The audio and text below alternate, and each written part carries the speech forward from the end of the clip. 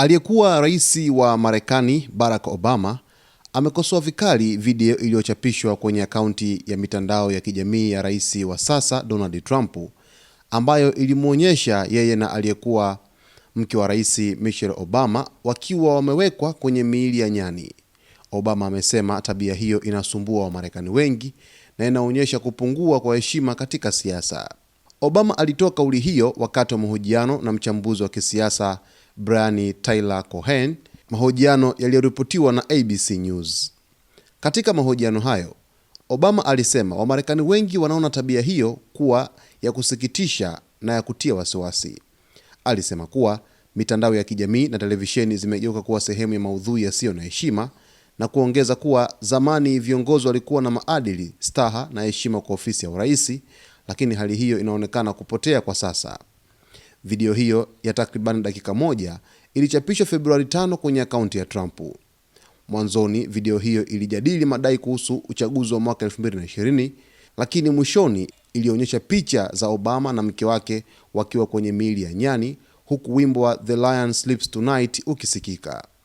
Baada ya video hiyo kuzua ukosoaji mkubwa kutoka kwa wananchi na wanasiasa wa pande mbalimbali, iliondolewa kwa saa chache baadaye.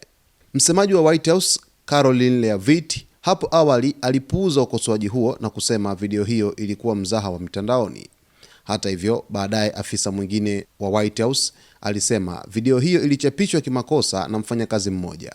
Kwa upande wake, Rais Trump alisema hakutazama video yote kabla ya kuchapishwa na kuongeza kuwa hana ujumbe wowote kwa wale waliokerwa na tukio hilo.